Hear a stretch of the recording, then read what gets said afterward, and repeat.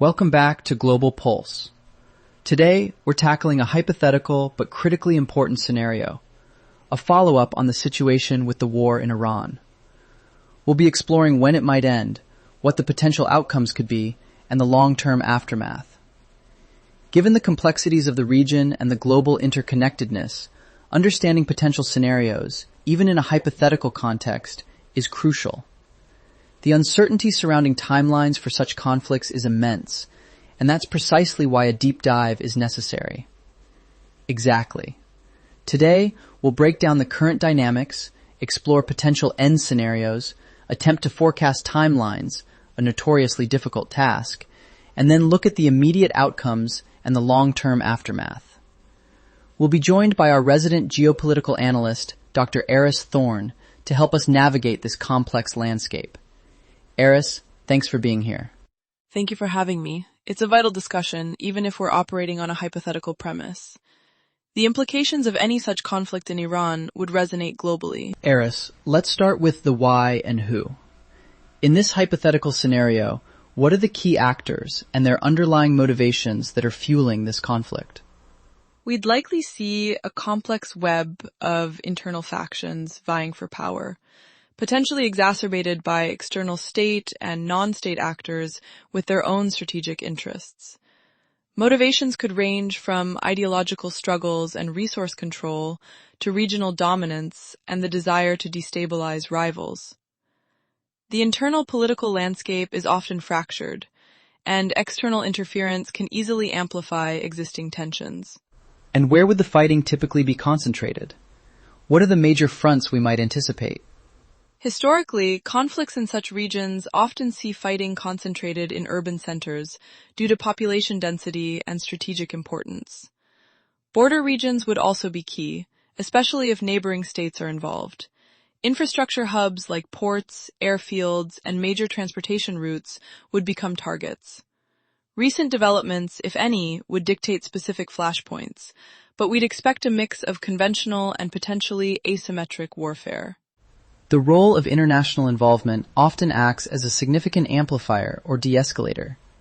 How does external intervention typically shape the trajectory of such conflicts? It's a double-edged sword. Direct military intervention by powerful states can prolong fighting or shift the balance of power dramatically, often with unintended consequences.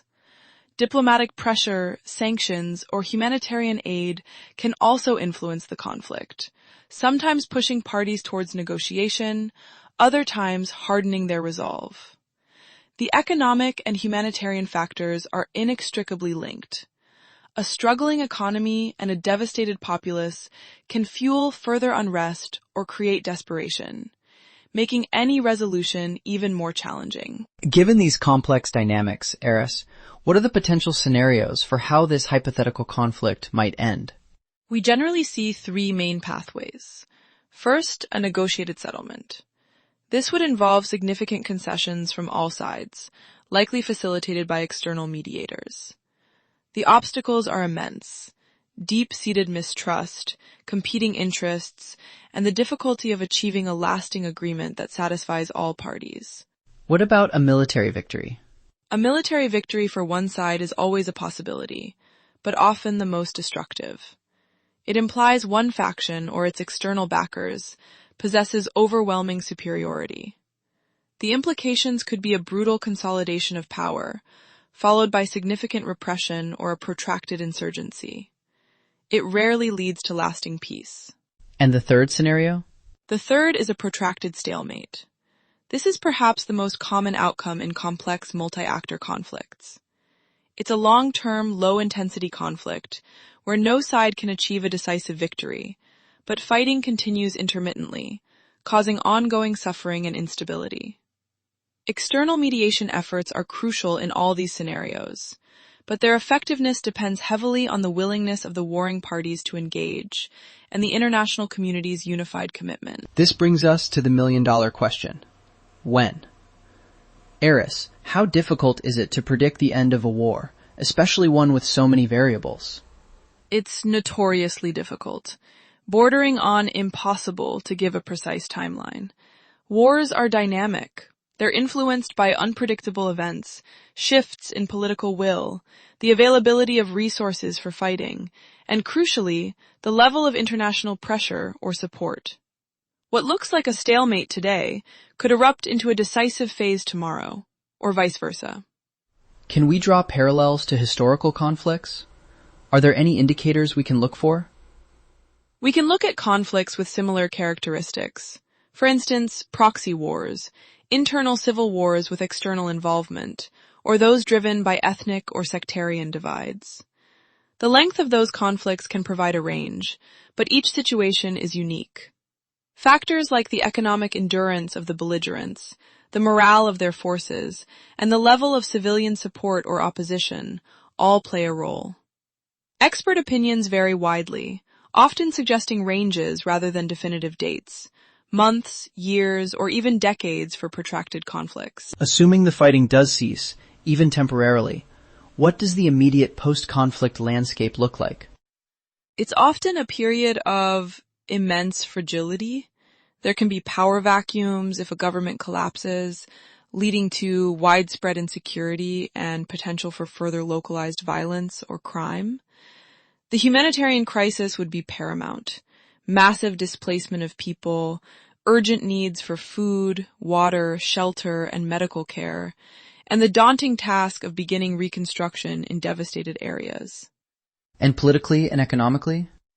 Politically, you might see the emergence of new leadership, potentially transitional governments, and the difficult, often contentious process of political restructuring.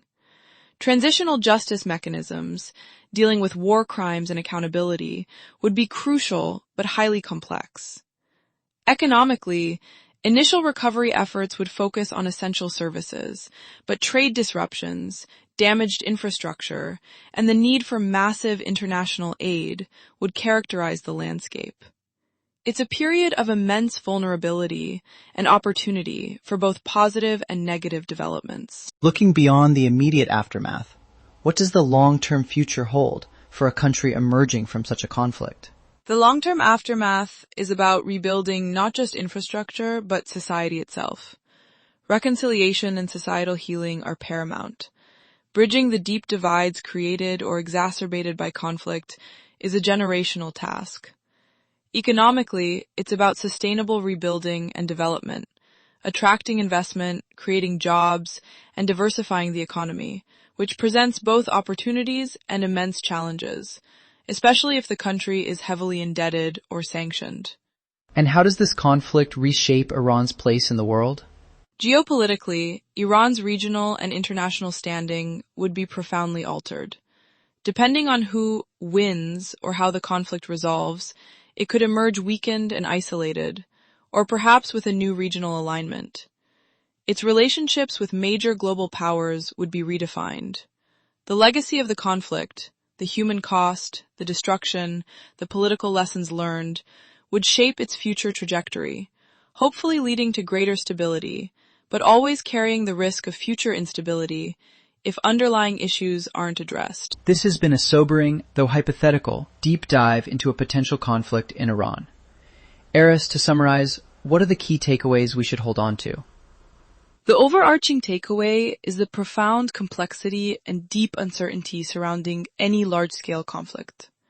Predicting timelines is unreliable, and the outcomes are multifaceted, impacting every aspect of a nation's life: humanitarian, political, and economic. The path to resolution and subsequent recovery is always arduous and fraught with challenges.